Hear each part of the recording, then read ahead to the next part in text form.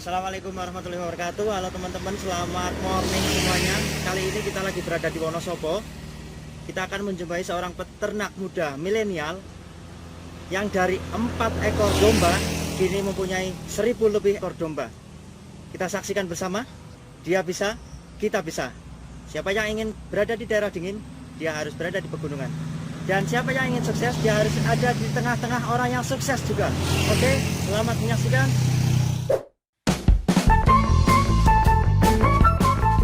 Halo, selamat pagi Mas Afton. Ya, selamat pagi. Apa kabarnya ini? Alhamdulillah baik. Alhamdulillah sehat. Oke, selamat datang di Gria Ternak. Sekarang populasi di Gria Ternak sekitar 1.200-an ekor. 1.200 ekor. Luar biasa ini teman-teman. Terus apa nggak repot untuk memelihara sebanyak ini domba-dombanya? Jadi yang saya terapin di sini peternakan berbasis semi modern. Jadi kita tetap ibaratnya pakai hijauan, cuma kita udah ulah sedemikian rupa. Jadi nggak terus harus setiap hari ngarit itu enggak. Kayak kita manfaatin kebun jagung itu kita sekali ngarit 1-2 mobil, kita jadiin silase. Jadi itu kita jadiin sebagai sumber serat. Nah, nanti kita mix, kita campur dengan beberapa bahan pakan lain, ada dari pakai kulit kacang hijau, ada pakai kangkung kering juga, sama pakai konsentrat. Jadi di situ walaupun populasi banyak, tapi satu orang itu mampu merawat sekitar 500-an ekor. Jadi di situ dari segi kuantitas kita lebih diringankan, nggak harus tiap hari nyari rumput, nggak harus tiap hari ngarit, dan juga kita lebih diringankan dalam perawatan. Dalam artian kita cukup nyampur beberapa bahan pakan, kita campur, kita setelah selesai nyampur langsung kita kasihkan. Jadi di situ kita lebih simple sama lebih sangat praktis. Pakan sendiri nih Mas, ini banyak sekali pakannya. Ini membuat sendiri atau didatangkan dari daerah lain? Begini. Kita datengin pakan, kalau kangkung kering kita datengin dari Jawa Timur. Dari daerah Gresik, dari daerah Surabaya, sama dari daerah Lampung, Sidoarjo dan sekitarnya. Apakah termasuk lebih murah daripada kita mencari atau membuat sendiri? Gini, mungkin mikirnya gini, wah kok dombanya kok makannya uang ya. Setelah kita gali lebih detail, di situ kita menang kuantitas. Ibarat kita kok ngarit 10-20 ekor kok udah capek, ibaratnya pagi sama sore sampai sore kok ngarit terus itu belum cukup. Dengan sistem pola kayak gini kita lebih efisien, dalam artian yang awalnya 10-20 ekor udah capek, kita dengan pola kayak gini bisa ibaratnya 300-500 ekor satu orang itu dari segi kuantitas itu bedanya udah ribu% kayak gitu. Terus lebih efisiennya, dia pertumbuhannya lebih cepat. Jadi kalau kita gemukin dia lebih cepat, dan otomatis perputarannya itu juga lebih cepat. Ini lebih praktis dan meringankan ya. Dan untuk pemasaran sendiri nih Mas, bagaimana bisa mendapatkan pasaran yang pastinya akan luas sekali ini karena untuk market dalam hukum usaha yang penting kita punya barang dulu. Jangan karena gini, ketika kita tuh dalam usaha nanti pasti bakal ketemu dengan berbagai masalah. Dalam artian kita jangan sampai ibaratnya kok main di usaha itu terlalu terlalu nganggur, terlalu leha-leha, itu malah nggak bagus. Jadi kita dalam step by step kita harus ketemu masalah. Ibaratnya gini, kita nggak punya uang pengen usaha. Setelah nanti kita punya uang, nanti mikir lagi mau usaha apa. Setelah kita jalan usaha, nanti mikirnya nanti marketnya gimana. Setelah nanti ketemu market, nanti cara besarinnya gimana. Dan itu step by step itu kita akan nemuin masalah. Nah di situ kita dituntut kayak di situ kita dididik mentalnya, kita jiwa usahanya nanti keluar. Nah terkait market, asal kita punya barang, market mesti datang. Saya juga dulu awal merintis kayak gitu. Jadi saya selalu mikir marketnya gimana. Tapi kita bismillah aja, kita jalani dulu, kita berproses dulu. Nanti sambil berjalan otak kita akan dituntut untuk mikir. Dalam artian mikir gimana caranya nyari market. Dan setelah kita jalani, dan saya sudah merasakan sendiri, nanti market kita datang sendiri. Dan paling penting kita manfaatin media sosial. Jadi kita iklan sebanyak-banyaknya, dan kita banyak silaturahim ke ternak-peternak. Terus yang ketiga, kita banyakin relasi. Jadi kita relasi, banyakin kenalan teman-teman, terus kita sering iklan di media sosial dan sebagainya, itu salah satu alternatif kita dalam market. Karena gini, zaman sekarang tuh udah zaman ke era yang lebih, era globalisasi lebih kencang, dalam artian kita harus ikut perang dalam era yang udah semakin maju seperti ini. Apalagi semua kan serba canggih, serba online, dan rata-rata tuh orang kalau beli apa-apa tuh nggak mau ribet, nggak mau yang harus langsung terjun ke lapangan, jadi semua udah bisa pakai HP. Nah di situ kita manfaatin, di situ kita nggak menutup kemungkinan kita bisa memarketkan semua dari hasil ternak di media sosial, gitu. Ya, sangat luar biasa ini Mas Afton, di umurnya yang masih muda. Berapa umur sekarang Mas Afton? Saya besok tanggal 1 April 22 tahun. 22 tahun ya. Ini luar biasa teman-teman, 22 tahun tetapi sudah mempunyai domba 1000 ekor lebih. Dan dimulai dari tahun berapa ini? Dari sendiri atau warisannya dari orang tua ini Mas Afton? Saya lulus sekolah dari Madrasah Aliyah. Saya lulus tahun 2016. 2016 dan saya di Madrasah Aliyah saya jurusannya agama. Jadi nggak ada hubungannya sama ternak gitu loh. Nggak ada jadi, hubungannya. Mungkin kalau saya tuh ditanya tuh Quran hadis atau tafsir saya tahu, tapi kalau ditanya ternak sama sekali ya. Karena itu bukan bidang saya. Cuma karena di situ hukum praktis itu selalu di depan. Dalam artian namanya teori itu penting, tapi praktek tetap wajib. Dalam artian teori ada setelah praktek. Real di lapangan seperti apa itu saya lebih paham dan lebih mengetahui, kayak gitu. Oh ya. Jadi pendidikan dasar dalam peternak itu sama sekali belum ada ya Mas Afton? Sama sekali belum ada. Dan saya otodidak. Otodidak sendiri. Sambil berjalan, sambil belajar, sambil mengamati. Oh ini loh ternak butuh ya gini. Ini loh ternak anatominya tubuh seperti ini. Ternak tuh kesehatan gini, makanannya gini. Nah, setelah saya pelajari ini, saya putar, saya main ke sana ke sini, akhirnya ketemu ya. Dan pertama kali memelihara domba ini berapa ekor Mas Afton? Saya awal merintis dari 4 ekor. Dari 4 ekor. Setelah lulus sekolah, saya terjun di ternak. Saya itu masih ngarit dulu. Masih ngarit biasa, manual. Masih manual, saya ngarit.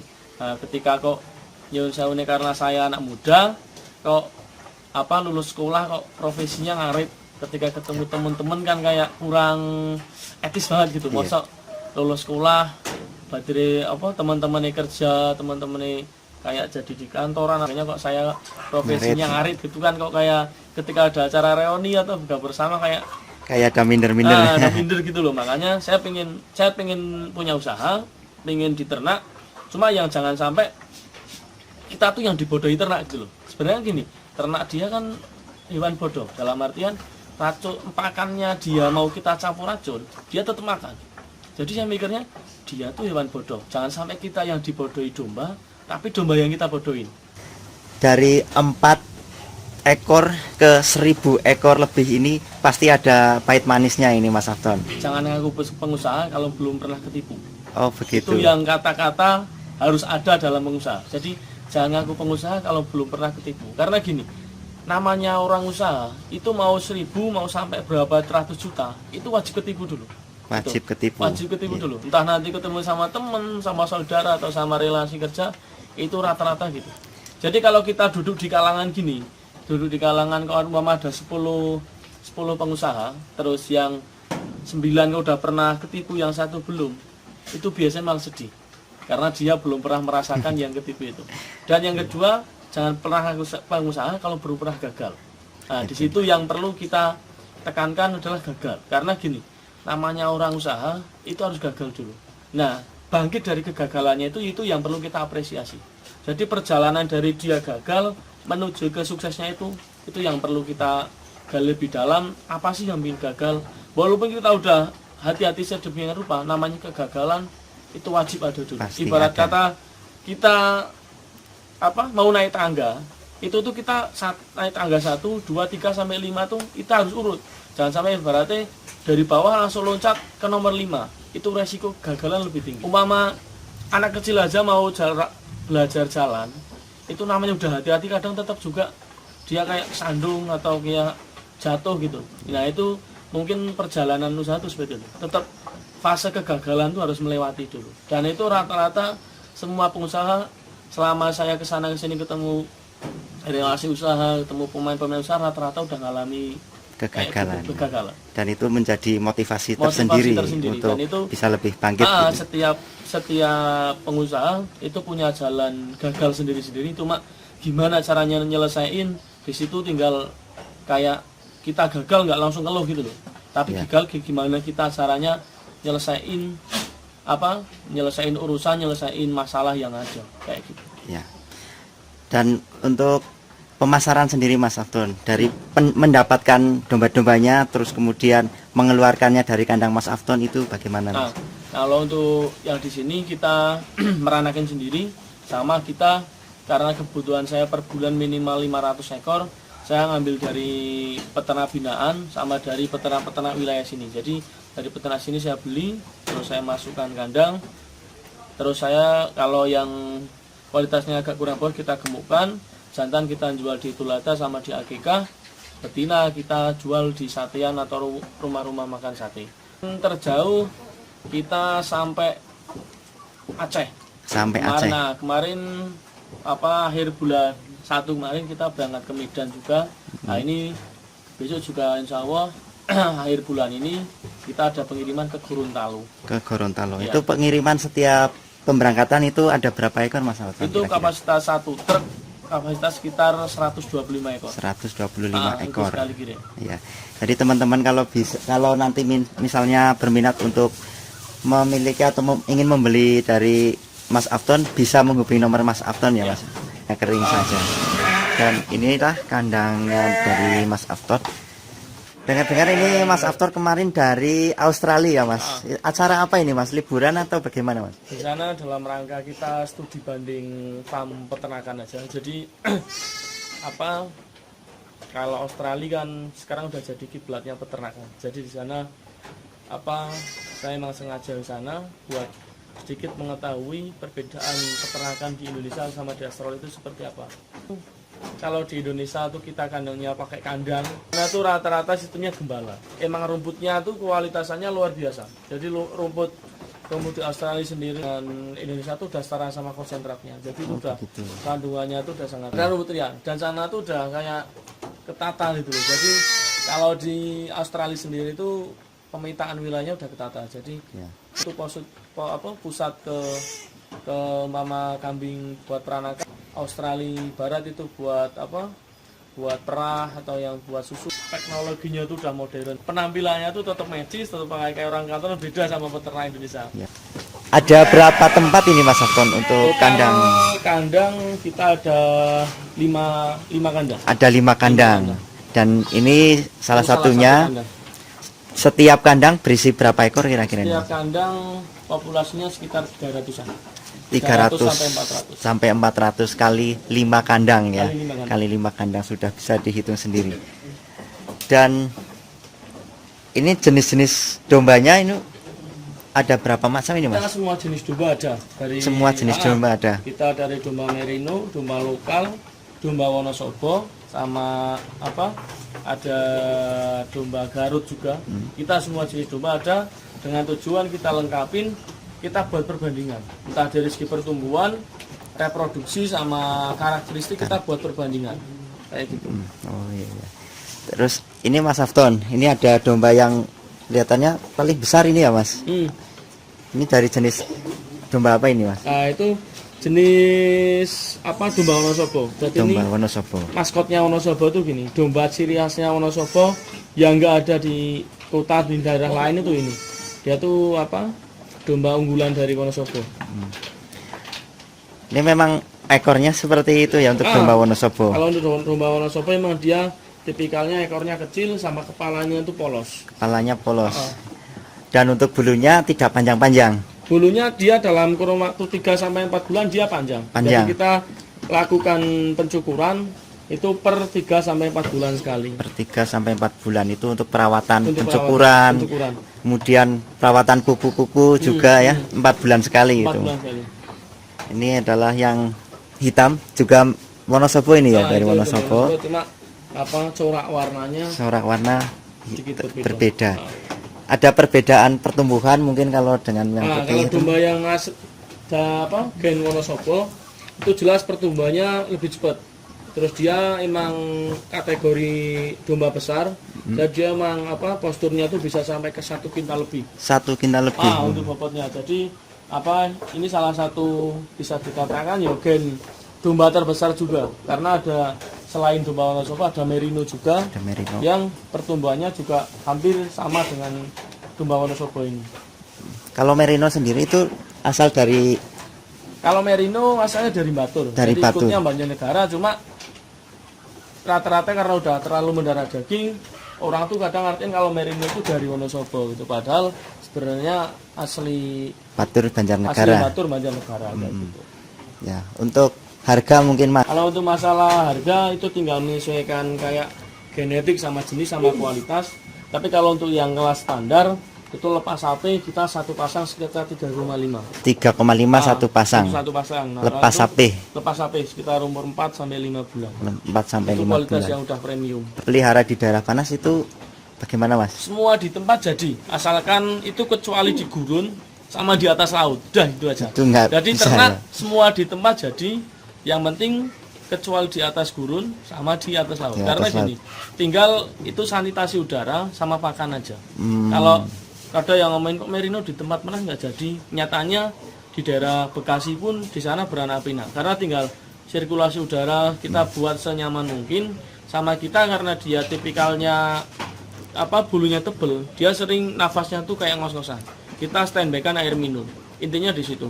Dan kita untuk pakanannya kita lebih banyakin kehijauannya karena dia butuh banyak asupan airnya. Untuk sirkulasi sendiri memang di sana juga kandangnya didesain berlubang biar untuk sirkulasi udara tuh masuk. lebih enak. Iya. Ini apa termasuk domba atau wedus kambing ini? Ini Domba. jenis kambing. Jenis kambing ya. Jadi kalau bedanya domba sama kambing, kalau domba itu dia ciri khasnya kayak bulunya yang gembel itu, Iya. yang jenis gembel-gembel itu domba. Nah kalau kambing tuh dari sini kayak gini, ada Jawa Randu, Etawa, terus bur juga sama jenis kayak sangen juga. Nah itu jenis-jenis kambing-kambingan. Bedanya sama domba, kalau domba tuh kategori yang kayak domba gembel gitu. Nah kalau kambing dia kategorinya yang jenis kayak kambing kayak Jawa Randu gitu-gitu. Di kesehatan sama pertumbuhan. Jadi kalau kita kandang buat kayak perangkung gini, itu dari pertumbuhan lebih cepat. Lebih cepat.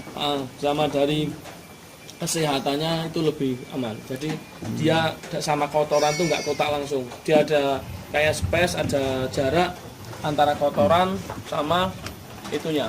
Sama kambingnya sendiri mungkin ya. Jadi dia nggak langsung kontak antara kotoran sama bisa. Ya, karena kotoran sendiri langsung turun ini ya lewat lubang-lubang, terus air seni juga langsung turun semuanya.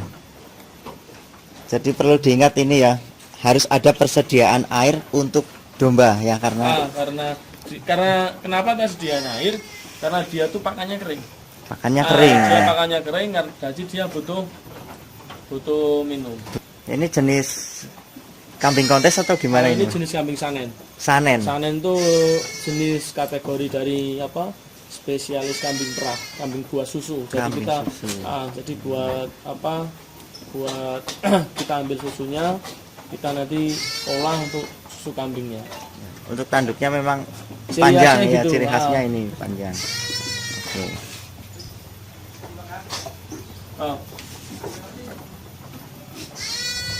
Oke ya,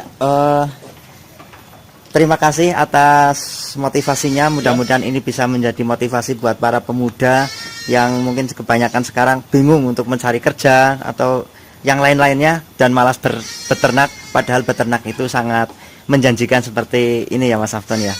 Ya mudah-mudahan sukses selalu ini Mas Afton, dan terima kasih untuk waktunya di hari ini.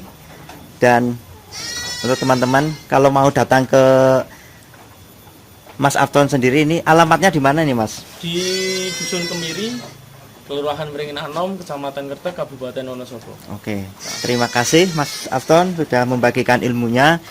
Bisa jumpa lagi lain waktu ya Mas Afton ya. Ya. Iya. Wassalamualaikum warahmatullahi wabarakatuh.